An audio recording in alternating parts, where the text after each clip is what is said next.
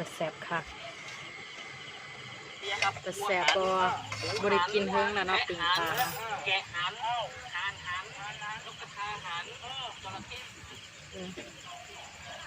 พี่น้องเบิ่งปิงปลาไก่ๆสบายดีพี่น้องสุขุนสุขคนเหมือนกับว่าพอกับแล้วทักทายสบายดีด้วยห่วงด้วยทุกคนมาชิมมาปอกมาแกงด้วยทุกคนนี่ตีปองไหนก็มาแกงมองยังไงนะทุกคน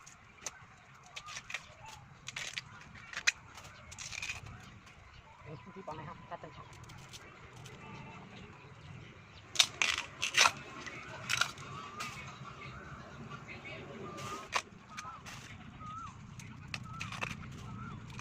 นี่หอยนี่เด็ดเนาะยังกินยังได้ยังครับ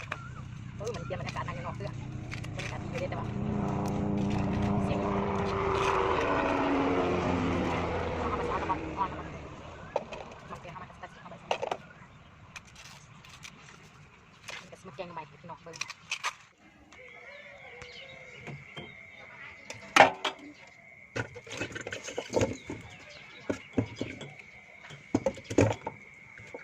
นี่เนาะทุกคนเขาปอกหน่อไม้แล้วเขากะเสียเอาหน่อไม้มาทุบเนาะทุกคนได้ซ้ำนี่ทุกคนปอกแล้วเดี๋ยวมาถาเปิงกันเลยเนาะทุกคนนี่เนาะหน่อไม้เขากะทุบแล้วเขากะเสียเอาหน่อไม้ไปเขากะเสียเอาไปต้มเนาะทุกคน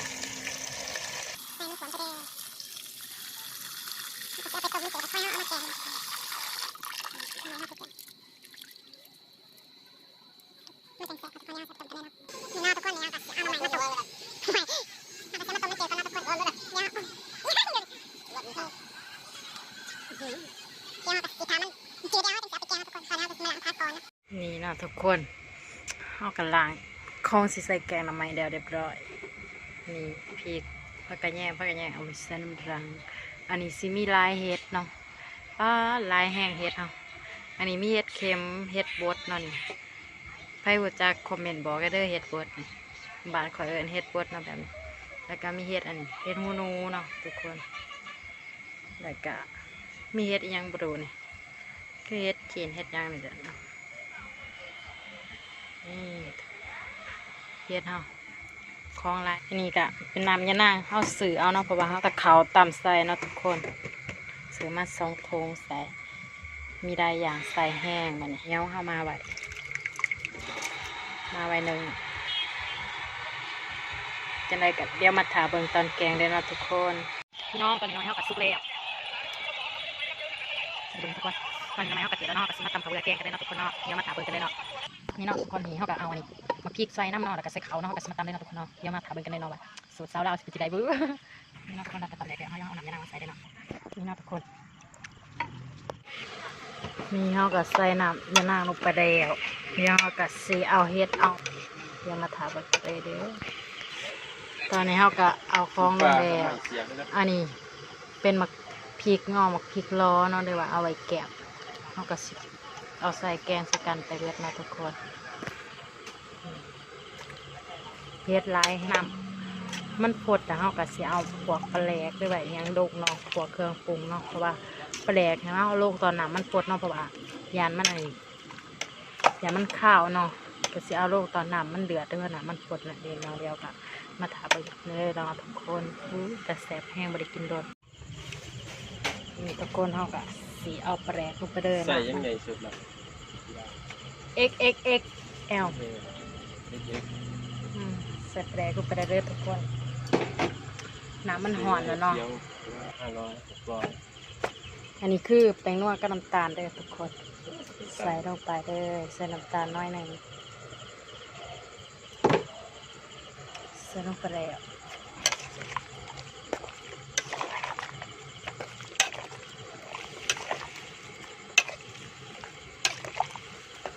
เดี๋ยวมีกินหอมๆขึ้นมาแล้วทุกคนมันเฮากะที่นี่ปิงปลาน้ำเนาะทุกคนอันนี้บ้านจะเอินไปอย่างเม่นมาบอกคนนี้อันนี้บ้านเขาเอินป้าป่าเขาทุกคนอะไรเอินป้าป่าเนาะเฮากันเลยใส่กระเทียมลงไปเด็ด เดี๋ยวสิพ่อกับสิใส่แป้งนัวลงไปนะทุกคนแล้วก็ใส่รสดีทุกคนใส่กระเทียมลงไปแล้วนะมือเด้อทุกคนใส่มือเรามันจังขอน้ำนัวดิ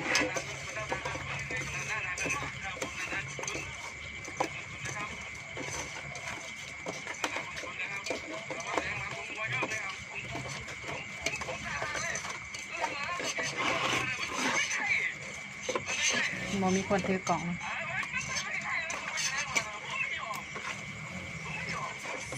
ใส่มือมันจะแสบขายไปเลยเบิ่งครับ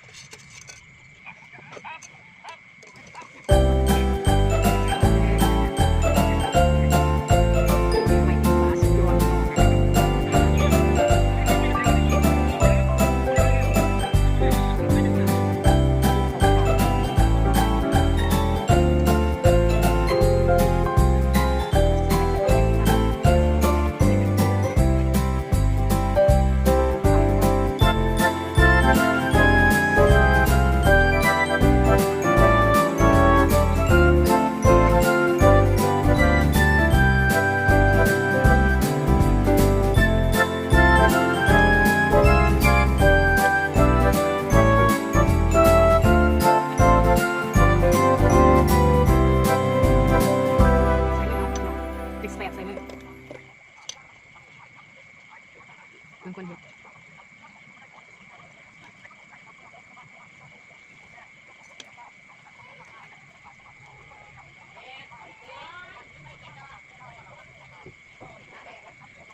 อันนี้เป็นปลายังปลาสีดำคือบอกคือ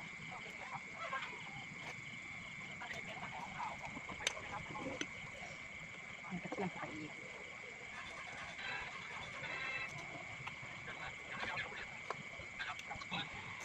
มันเลือกพี่น้องแต่แซ่บทุกคนเห็นรู้ว่าบางแม่น้ำมันเดียวตอนนี้เขาก็เอาปลามาปิ้งแล้วเด้อทุกคนเบิ่งทานมันคือบดแดงจ้ะดิ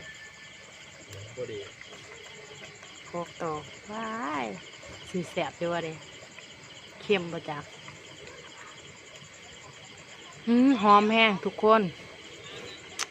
ตอนนี้น้องไม้เขาก็กำลังไก่สิสุกแล้วเนาะเขาก็สปริงปลาไปกรอนพี่น้องมาเลยพี่น้องเด้ออยู่กรุงเทพก็หากินได้ชีของแข็งเลยติดแต่กระเทียมมองน้ำไม้เขาหอมแล้วพี่น้องไก่สุกแล้วเดี๋ยวเขาก็สิเอาหอยลงเนาะพี่น้องขาดยังหูบอทุกคนขาดมักบวบเขาก็ปรุงแล้วเรียบร้อยประเดี๋ยว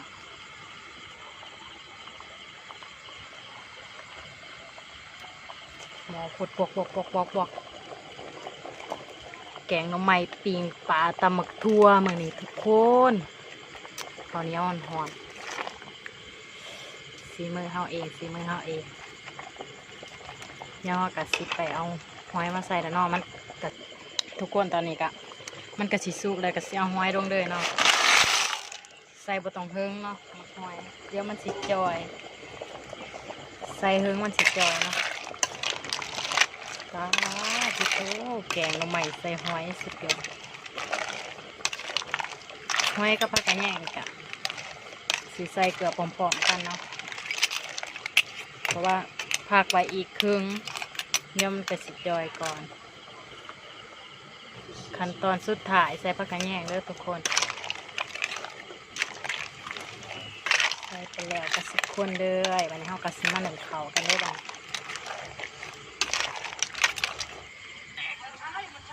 การหนึ่งข้าวแดง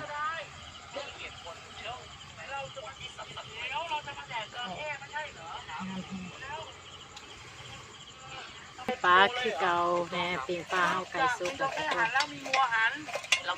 แต่แซ่บก็บริกินเฮิงแล้วเนาะปิ่งปลา